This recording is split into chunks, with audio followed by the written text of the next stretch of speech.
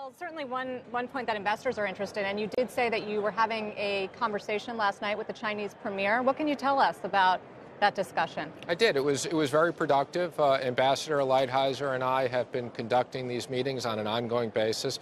And let me just say, I think he and the entire USTR team have been doing a great job. We have an enormous amount of staff at USTR and in the interagency process working on this. We went late into last night. We have another call scheduled for tomorrow morning. We're alternating between nights and mornings. And I think we still have some important issues to address, but both sides are working very hard on this agreement. On the time frame, President Trump said, we'll see if we can make a deal in 4 weeks. That brings us to about 3 weeks from tomorrow. Is that realistic? President Trump has been very clear. He wants to make sure we have the right deal. He's more focused on the right deal. We have this documented correctly. As soon as we're ready and we have this done, he's ready and willing to meet with President Xi, and it's important for the two leaders to meet. And we're hopeful we can do this quickly, but we're not going to set an arbitrary deadline.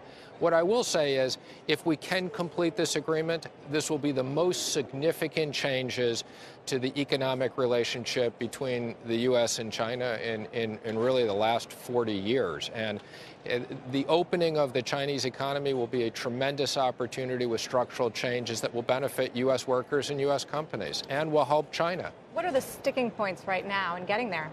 I wouldn't say there's any one sticking point. I think, as we've talked about, this is a 150-page document. It goes through multiple chapters. Some of the chapters are close to finish. Some of the chapters still have technical issues. We've pretty much agreed on an enforcement mechanism. We've agreed that both sides will establish enforcement offices that will deal with the ongoing matter. So this is something that both sides are taking very seriously. So you've agreed on the enforcement mechanism. What does that mean for tariffs? If there's a deal, do the tariffs that are in place go away? I'm not going to comment on the specifics of the tariffs and what would stay in place and what would go away. But I would just say we're really focused on the execution of the documents. And as I said, Ambassador Lighthizer and a very large team across all the agencies we're really working around the clock.